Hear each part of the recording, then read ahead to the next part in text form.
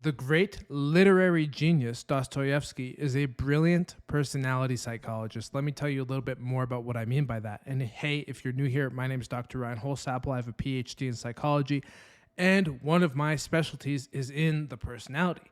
Now, let me give you a brief primer. One of the things that we know well established about personality is that we are not one thing. See, the human is a unitary being, but we have multiple lower forms of agency that impel us in different directions, whether it's to be a father or to be an athlete or to be a scholar or to be a functioning member of society.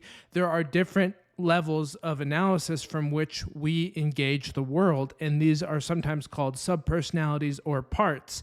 Basically, you are not a single voice, but the fundamental issue is whether or not your multiplicity exists within unity or is a fragmentation that ultimately leads to dissolution, which is to say that yourself is an illusion and that all you are is these multiple different parts.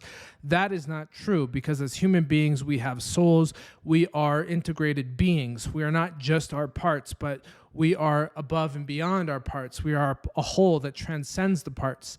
And in Dostoevsky's work, what you will notice is that each of his characters has a unitary essence, yet there is multiplicity and sometimes fragmentation.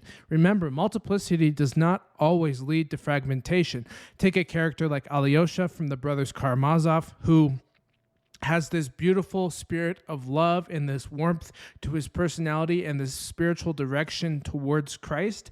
He is a fundamental unitary figure with an integrative personality, yet he also faces his own inner multiplicity, his own issues socially, his doubts, his fears, and ultimately has a growth in his personality as he continues to mature throughout the novel and becomes more assertive and less nice, but he is never less kind. And there's an important difference between those two things. Now let's take another figure like Raskolnikov from Crime and Punishment.